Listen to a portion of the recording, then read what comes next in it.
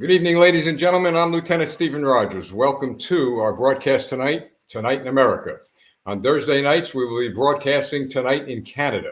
And we're going to be giving a lot of information out to the American people tonight in regards to many of the issues that are concerning all of us at this hour.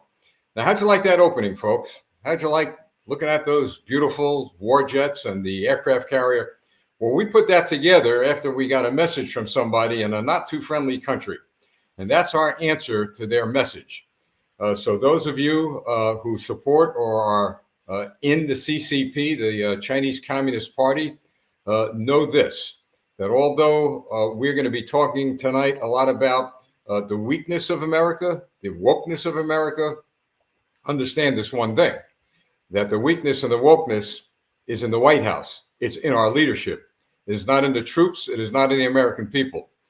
Because if you carry out, any country carries out any hostile threat against the United States of America, I believe without any doubt that the American people will rally to the cause that must be taken, and we will do what must be done to protect our national security.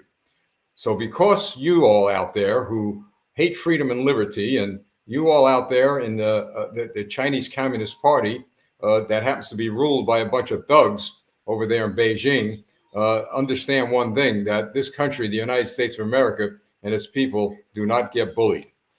We don't bow to bullies. There are certain things that we do in order to protect freedom throughout the entire world. But we want to make sure, at least from here, we're sending you a message. There's my answer. Thanks for your email. All right, ladies and gentlemen, a lot's going on. And we're going to be talking about, first, a national security threat to the United States that's very close to home. Then we're going to be kind of picking apart the Pelosi, China, Taiwan situation. And we're going to take a real good look at our military to see where we are today and where I hope and believe we're going to be going. Now, I shared this information with you, not to get you depressed or distressed, but you need to have this information so that when you go vote in November, you're going to be voting for people that are going to be looking out for your interest and the interest of the security of this country. A lot is at stake coming November, not only our immediate future, but the long-range future of our children. But what is the most present national security threat to the United States? I mean, a real one. Yep, China is.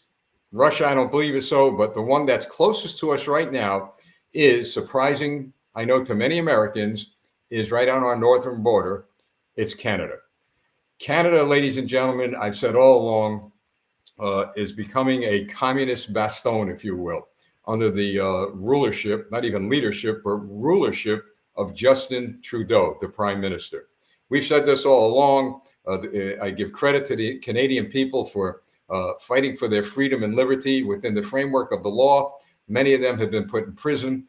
We had Pastor Arthur Pulaski on a couple of weeks ago, a wonderful, wonderful man, a Canadian patriot who's given his life for his country. And he was locked up, folks. In fact, I saw the video myself. Police, like stormtroopers, went into his church. They attempted to drag him out of the church. They weren't able to do that, but they did, I understand, stop him with his wife and kids in the car, surrounded the car, and apparently arrested him and sent him to prison. What were the charges? Well, I'm not going to go over the charges because every single charge was thrown out of court. It finally got to the Supreme Court. The one thing he did wrong in their eyes is that he prayed for the truckers and the protesters that were in their capital protesting against Justin Trudeau. But that's the beginning of the story. What's troubling tonight is what I have in my hands. And what I have in my hands, my brothers and sisters across America, the Canadian people are well aware of, and I know many of you are not. What I have in my hands is the outline of what we call the electronic wall. Remember the Berlin Wall? Remember the Iron Curtain? Maybe we could call it the electronic curtain. What I have in my hands is the House of Commons of Canada, Bill C-11, right here.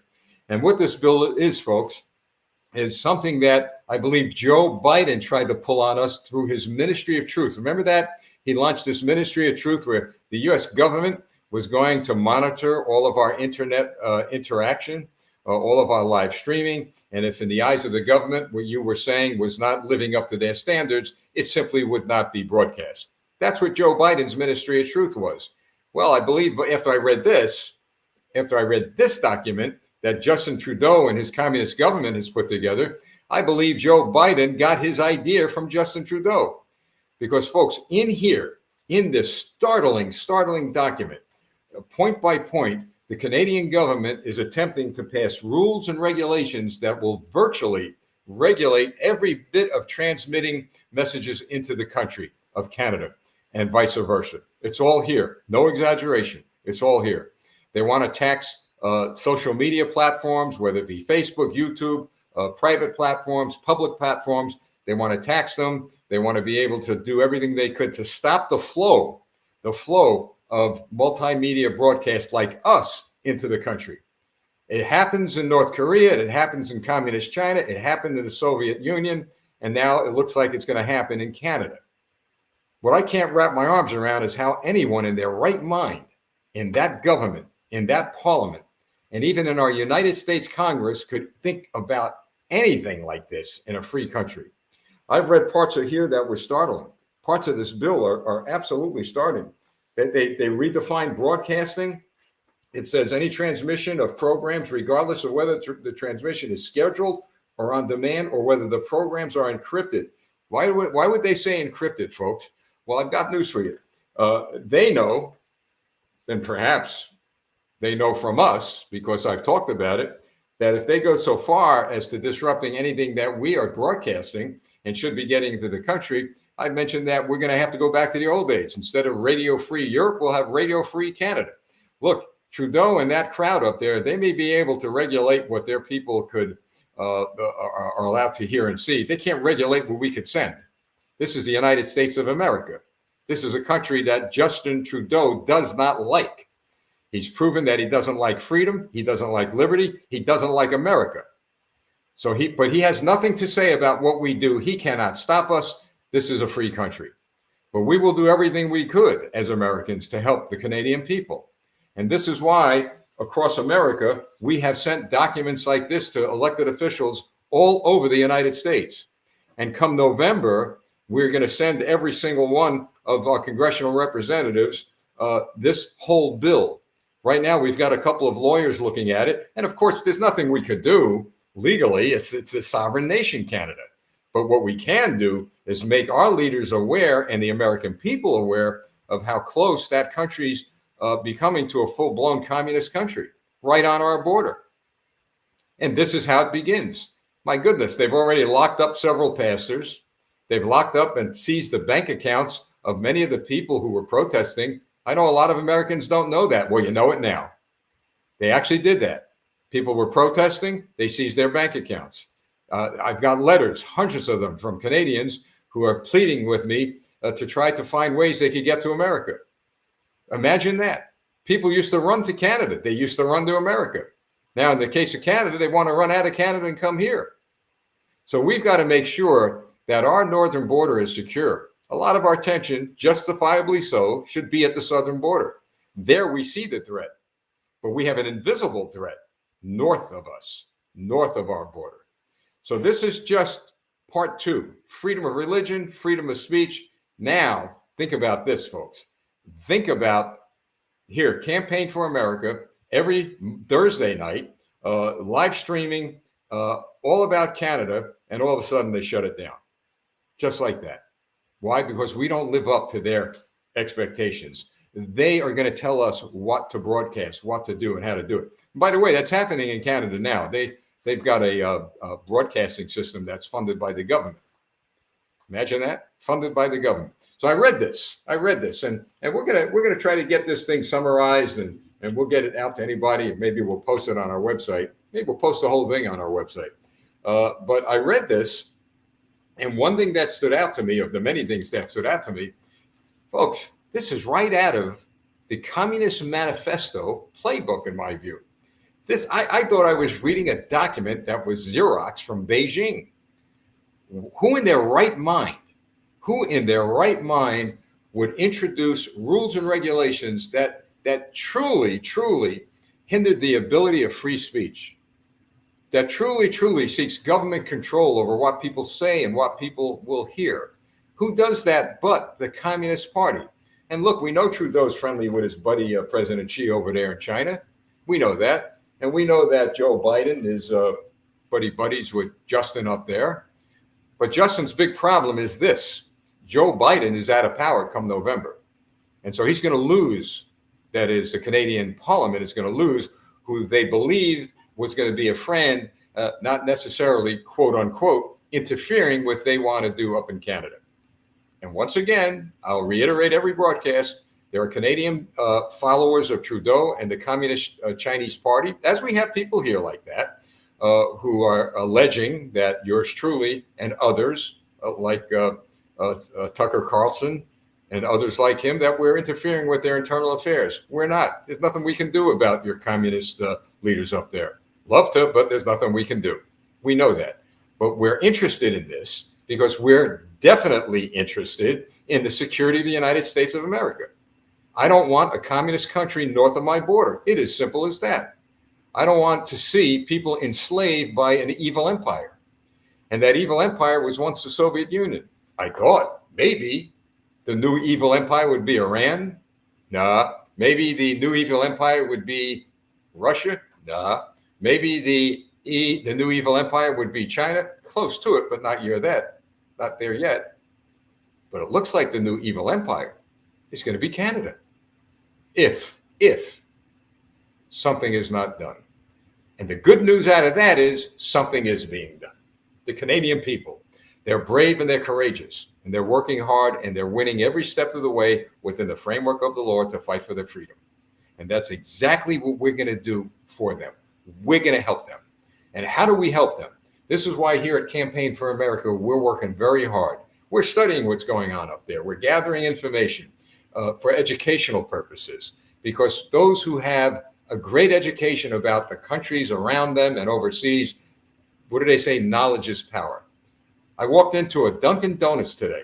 This actually happened. A couple people saw me. They said, "Hey, Lieutenant, how you doing? How's it going?" They watch our broadcast. And they were talking about, as I walked in, and well before I walked in, a number of events surrounding the world, and particularly Pelosi and China. We're going to talk about that in a minute. But they asked me this question: how's Canada doing? I tell you, I was stunned.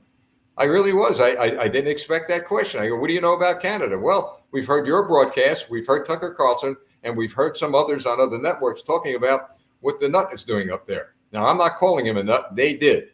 You know, I'm not into name calling, but they did. And you know who that is? JT, Justin Trudeau. That's who they were making reference to. Now, it tells me, folks, that something that we wanted is beginning to give birth to here in this country with regard to Canada. What's happening in Canada, we're hoping becomes part of the discussion around the dinner table. A lot's going on. I've said once and for all and over again, we're going to end up in a war. We're going to end up in one. I'm convinced of that. I don't know if it's going to be in Europe. I don't know if it's going to be China. China, boy, I'll tell you what, it's getting close to that, depending on what happens, I suppose, this week.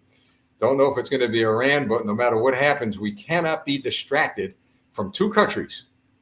Two. We cannot be distracted from Canada, and we cannot be distracted from Israel. Those two nations, we need to stand tall and stand strong. And by the way, let us never be distracted from our own national security, because therein lies the linchpin of everything else on this globe. So here it is. C11 is the bill. Look it up, Google it, do whatever you want, but we'll post it. We're going to have an executive summary put together, and we're going to get it out as we did the resolution that the Ohio State Legislature passed, putting Canada, and particularly Trudeau, on the religious watch list. Well, with regard to this, we're going to have to figure out what kind of watch list this should go on, because this guy Trudeau and his communist friends up there, they're building a curtain, folks. They're building an electronic curtain. It's pretty scary. It really is, to think that this is happening on our border. But our guys in America here are so busy with other things like elections, I don't think they're paying much attention. So we're going to make them aware day in and day out, week in and week out. We're going to make them aware of what's going on out there in Canada, because it has a lot to do with our national security. Well, let's talk about our national security. We're in trouble. I said a long time ago, watch what's going on in Ukraine. Watch what's going on in the Mideast. Watch what's going on between China and Taiwan. And as all that was going on, we were also watching what was going on here in our United States military. To begin with, folks, the United States military recruitment is way down, way down. It is very, very difficult for the Army, Navy, Marines, and Air Force to bring recruits in. They're not meeting their quotas. So the question is why? Why, after all these years of young men and young women running to the military, running to join right out of high school, Army, Navy, Marines, Air Force, be all you can be. Once a Marine, always a Marine. Aim high for the Air Force. The Navy, I went in the Navy because I had the opportunity to serve my country in a way I never did before. But we ran. Right out of high school, I went. And so did every generation from my generation backwards ran. Today, they're running away. And the military is feeling the brunt of that. And because they're running away, here's what the Army did. The Army, the United States Army, is now, and this is written down, this is public knowledge, is now giving new recruits who exceed body fat standards or failed academic entrance standards a chance to serve as they face a daunting recruiting crisis. What those 3 lines say, it confirms what some Marines told me about 6 months ago, that the military is now recruiting unfit people, physically unfit people, and even people who have failed their entrance exams. When I joined the military, we had to be tough, we had to be strong, and we had to not only be physically tough and strong, but mentally tough and strong. You had to be able to take what you were going to get on basic training. And boy, did we get it. Did we get it. Every foul language in the dictionary thrown at us, everything on earth you could imagine was thrown at us to break us. Only 1 or 2 I knew broke, and they were washed out, but it took weeks and weeks and weeks before they did. But 90% of them survived. Today, and this is again public knowledge, we're being told that 80% don't survive. 80%. They're just not mentally fit or physically fit to go into the United States military, which tells us what? What tells us what? Are we ready to fight a war? The Army and Air Force, they ran out of female hot weather uniforms amid the summer's heat wave. Could you imagine that? No uniforms left. No uniforms left. Now, let's get to the Navy, my military service, my alma mater. These are reports, documented, public. The Navy is poorly positioned to fully repair its fighting fleet of warships that would be damaged in future high-end battles. That was from the GAO, the Government Accounting Office, written when? In 2021, and I can imagine what the most recent report is. Now, the United States Navy, folks, we're supposed to have what we call a 2-ocean fleet, the Atlantic Fleet and the Pacific Fleet. Why? Because we would end up fighting a 2-ocean war like we did in World War II. We fought the Germans on the East Coast, and on the West Coast, we fought the Japanese. Now, we can't even fight in a river, according to these reports. And it gets worse, all right? It gets worse. It says that Navy officials were interviewed by the Government Accounting Office, and they said that we would struggle if conflict erupted and several ships were sustained with different battle damage.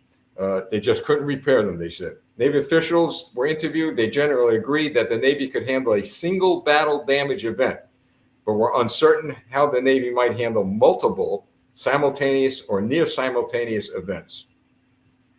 That's it. When Ronald Reagan was in office, we had a 600 fleet Navy. We had enough aircraft carriers, enough warships, enough amphibious assault ships, enough missiles and submarines to handle anything. Peace through strength. Bill Clinton came in and depleted it. Obama came in and depleted it. And then Donald Trump came in and he just brought that fleet back up to fighting capabilities. And now we've got a guy in the White House that's more interested in what?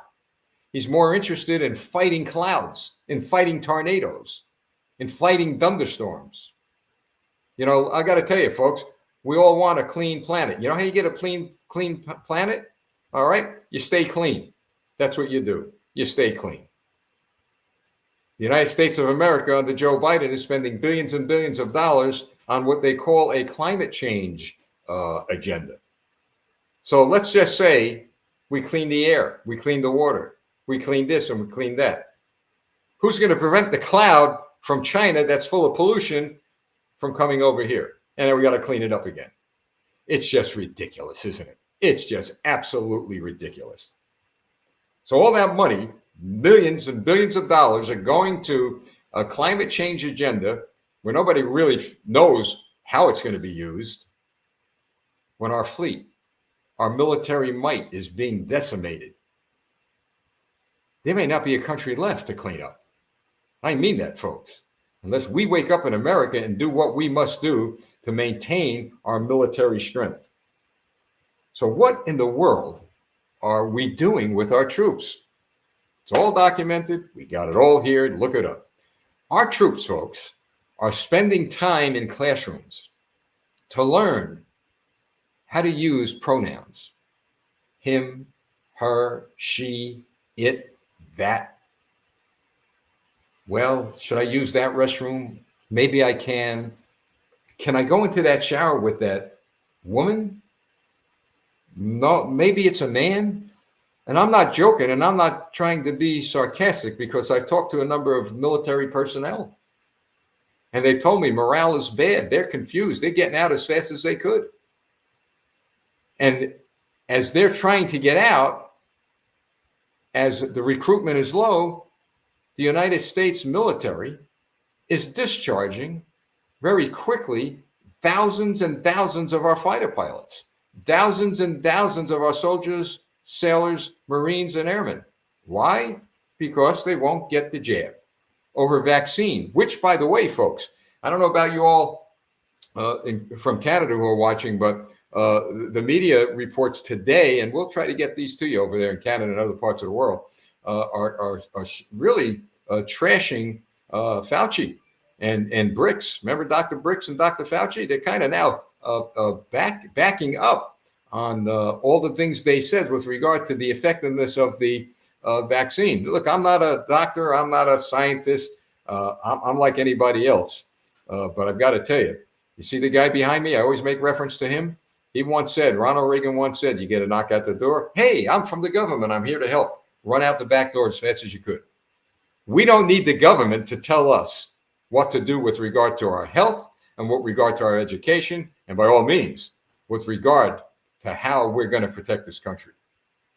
But here, it's affecting our military, as it has affected our police forces, and one night we'll get into that. So as our troops are being taught how to say this, how to say that, they're being taught critical race theory, whatever that is.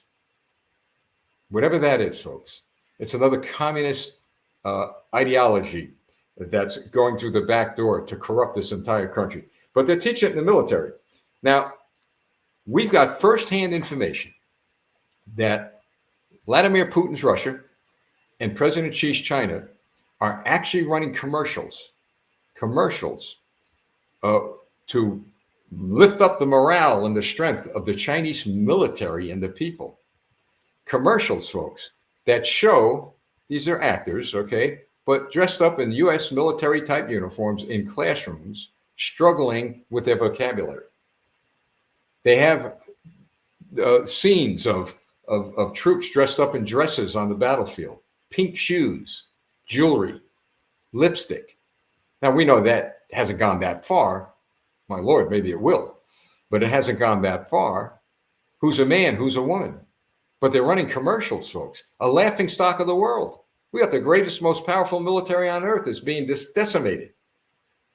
General Milley, the chairman of the Joint Chiefs of Staff, and the entire Joint Chiefs, I hope and will work hard to make sure they're fired come January of 2025, when a new president is elected or inaugurated into office. They ought to be ashamed of themselves. I mean, really, ashamed of themselves. I know Milley and that crew up there in the Pentagon and the Joint Chiefs of Staff don't like it when I'm on the air or on major media networks and says, I hope we had a General George Patton around. I wish we had a general who would slap somebody silly and straighten them out a little bit. Oh, but Lieutenant, that's violent. That's violent. You can't do that. Yeah? Go to the basic training I went to and see what happens to you if you just raise your voice. See what happens to you if you answer back. See what happens to you. It's not pleasant, but it'll make you into a tough fighter. But today, we've got cry rooms in colleges. Maybe they got them on military bases. If you're not feeling good because you got yelled at by a drill instructor, they'll give you a towel, I guess, and you get to a cry room. I did read this, folks. It's almost laughable that there was a military base that had a room that troops could go into if they're upset over things. What are you going to be upset over? You're in the military. Be a man, be a woman, fight for your country. If you don't want to do that, go somewhere else. Go do whatever you want to do, but don't go in the military because you're putting everybody's life in danger.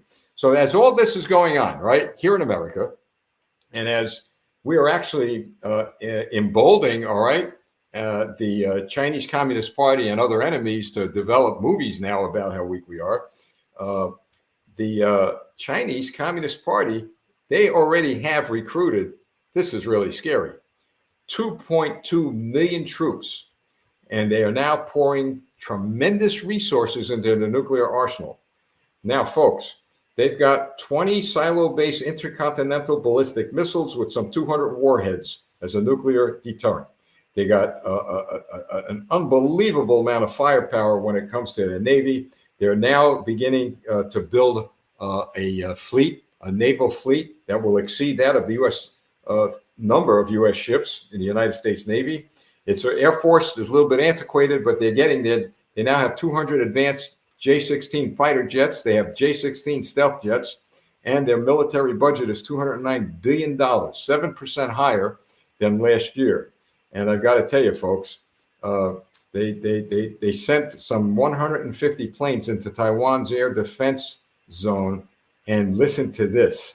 This is the scary part that a lot of people don't know, but you're going to know it tonight. They actually sent 150 planes into Taiwan's air defense zone and encircled Japan. Encircled Japan with its warships. They're challenging the United States of America. And you know who said that?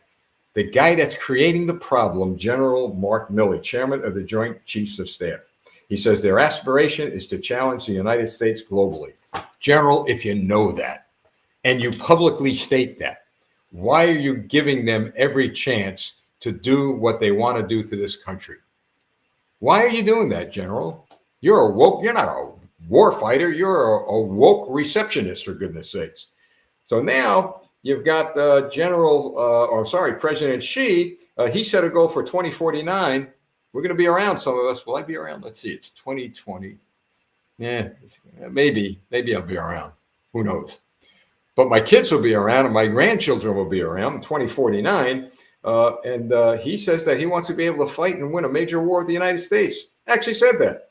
Textbooks focus on China's past military humiliations. And who do they blame for those humiliations? The United States of America, Japan, South Korea, Taiwan, the Philippines. He just listed his targets. President Xi and the Communist Party just listed his targets. We have it all. And what do?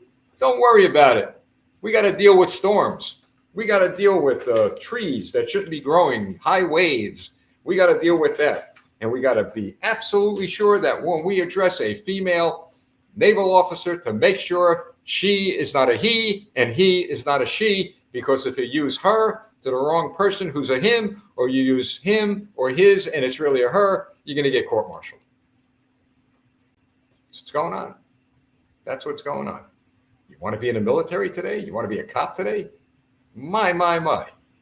We will always support our troops. Make no mistake about it. But when it comes to the leadership, that's a whole different story. So why on earth now is Nancy Pelosi going to, or at least advertise she's going to go to Taiwan? Now, we've all seen these big shots there on TV. Go, Nancy, go. Don't be bullied by China. We're the United States. You go, Nancy. You touch down in Taiwan. Well, we know that President Xi and the Chinese Communist Party threatened to shoot the plane down, I believe, I didn't hear it myself, but it's been reported that way. But I certainly heard that they're going to take some pretty catastrophic action. Now, normally I would say the same thing. Don't be bullied. We're the United States. We've got the most powerful Navy and military on earth. Let them pull something like that and we'll take care of business. What I'm concerned about is that they're not bluffing. President Xi, the Chinese Communist Party, is not bluffing, because what I just articulated to you, they know 100 times over and 100 times more problems we're facing with regard to our national security and our military. They know, and they may seize this opportunity. They may seize this opportunity to do what? To go on a little adventure. And that adventure would land them in Taiwan. What are we going to do, folks? And do you think that if they go after Taiwan, Putin is going to stay put? I don't think so. We got problems. We got a lot of problems. But saying all of that, during World War II, when Japan attacked the United States of America, we were weak. We were weak. They wiped out our fleet in Pearl Harbor. We didn't have much firepower. We didn't have many people in the Army, Navy, Marines, Air Force. We had little or no manufacturing of armament and weapons. But within months, Franklin Roosevelt rallied the American people together. Every mother, every father, every grandmother, every grandfather, every child, son, daughter, everybody got into the war. Whether it was here at home building the tanks, the ships, and the armament, and the weapons for our troops, or fighting overseas. We came together as a country and we destroyed our enemies. Well, Mr. Xi and those communists who seem to have a bone to pick with me, remember that part of the story. Remember history. That's what your President Xi says. I just said that. He was talking about, we got to remember history. You want to remember the part of being humiliated then? I hope to God, if it happens, and I hope it doesn't happen, but if it does, I hope to the good Lord we finish you off. We finish the job. There's no room for communism anywhere on the face of this earth. You're a bunch of thugs. You enslave your people. Listening to me, Justin Trudeau? You listening, buddy? And you don't belong anywhere in government on the face of this earth. And I mean that. Thank God we have a Constitution of the United States, and the Canadians have the Charter of Rights and Freedoms, and other countries do have laws that the people could stand on and peacefully remove people from office. That's how we do it, President Xi. That's how we do it in free countries. We use the power of the God-given laws, of the knowledge and the talents and the skills our founding fathers have to do that. We don't need to hold a gun to anybody's head in these free countries like you, President Xi, holds a gun to the head of many, many people in your country. I know you don't like hearing that. That's why I repeat it. And so now, folks, there you have it. With regard to our national security, where we are, there it is. Start talking about it. Think about when you go to the polls, when you go to, and I encourage you, look, in America, we have every town, no matter which city you live in or town you live in, you have a Republican Party organization. Some of them are very small. Some of them are very big. Get involved. Get involved. You need to send stuff like this around? Let us know. We'll send it to you. We send this stuff around all over the country, all over the world now. And it's picking up a lot of steam. People are, getting the knowledge they need to empower themselves to do something. Let those people running for office know that you're not a dummy, that they're the dummies. That's right. I've asked some of the people I know running for office, well, what do you think of this and think of that? Oh, gee, I didn't know. Why don't you know? You're running for the Senate. You're running for Congress. Why don't you know? Well, you know now. So tell me, what do you think about it? And you can do that. You can do that.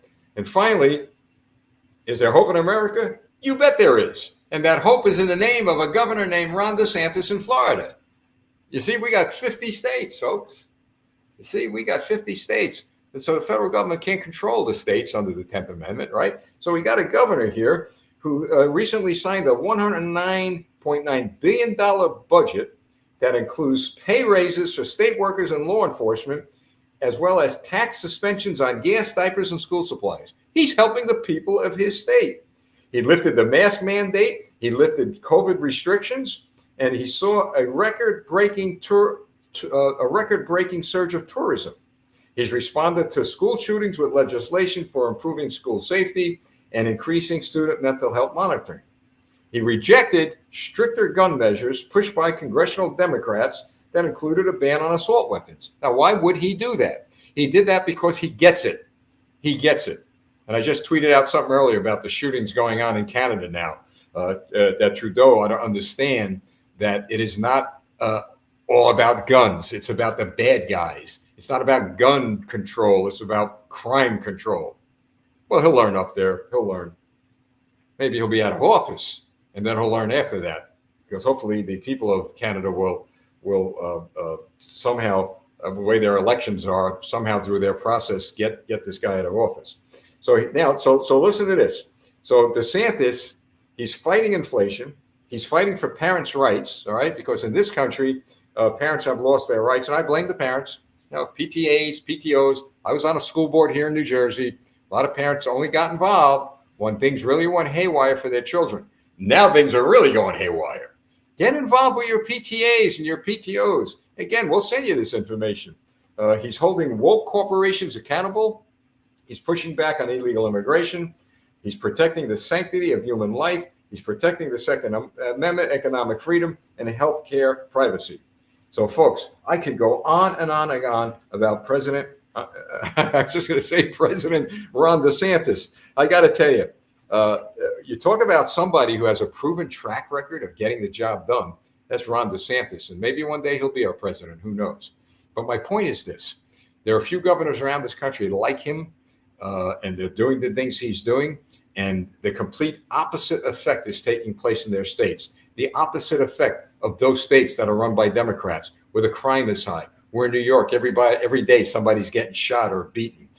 We're in Chicago. Get a load of Washington, D.C. Listen to this. So here's Washington, D.C. The Democrat mayor, we're not going to do this. We're not going to do that. Crime is not too bad, and on and on and on. And now Washington, D.C. is becoming the second Chicago. Pretty close to New York, by the way. Look, you know what she did, folks? She's begging that the National Guard be mobilized to come into Washington, D.C., the nation's capital. Imagine that. Now, here's what happened. The letter's out there. I'm going to get a copy of it, but I did see it. She writes a letter to the head of the National Guard in Washington, D.C., some general, and asks him to mobilize National Guard troops to Washington, D.C. He sends a letter back. Actually put this in writing, and of course I'm paraphrasing it. He kind of told her, well, we don't have the manpower we need. We don't have the tools and the equipment we need. We don't have the capabilities to respond to a civil matter as you have in D.C.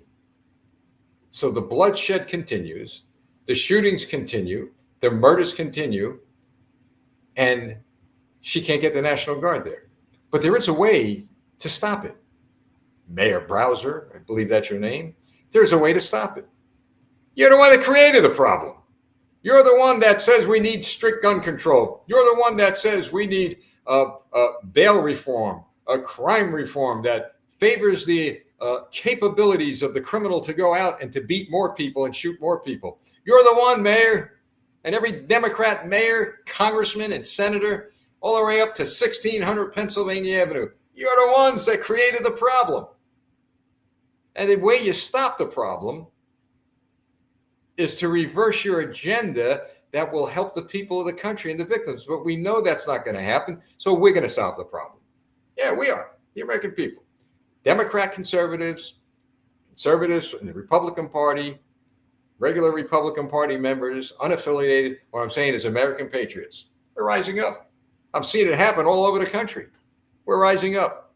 And we're going to rise up. We're going to use the constitutional weapon, the laws of the land, to remove all of you from office. And believe me, you're all going. We're all going. I hope every single one of you, but I'll bet you that we're going to take complete control of that Congress after we send you your walking papers. And the neat thing about this, folks, and I'll close up with this, and those of you in Canada and those of you around the world that are facing the problems that we're all facing with regard to these communist ideologies that are being thrown upon us.